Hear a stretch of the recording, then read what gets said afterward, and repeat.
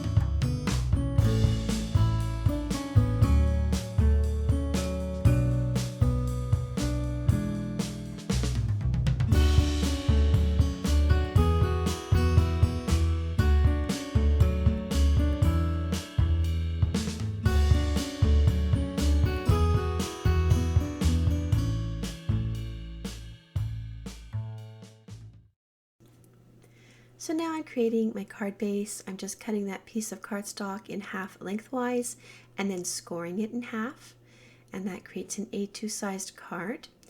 Then I'm going to cut a mat with this craft cardstock, and I am using Whimsy's Wavy Pierced Rectangle die set to create that.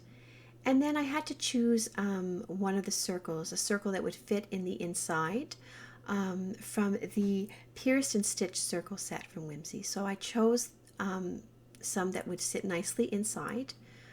I then took my cardstock and I stamped the greeting on it. Now I'm taking these 2 circle dies and I am carefully aligning them onto some white cardstock, and I'll hold that in place with a piece of tape, and then I can die cut it, and I will have created a little white frame that's going to go on my card. I'm just making sure that these little images fit nicely inside. Now I'm going to put that circle, the small circle die, right over top so I know exactly where I need to die cut, and cut it out. Then I thought it would be nice to have maybe a little bit of color, a little bit of background, so I chose a piece of paper or cardstock from this set. I will link it below. I can't recall the name at the moment. And I die cut a small circle, and I will now take some foam tape and I'm going to double it up so I get enough height, and then I will cut it and add it to the back of my craft mat. So this took a little bit of time. Of course, I always have a hard time peeling the backing off of this tape, but once I get going, once you get it going, then it's a little bit easier. So it's a good idea to sort of put tape on as much of the back surface as you can so that you don't get any like sort of dings or dents in places where there's no foam tape.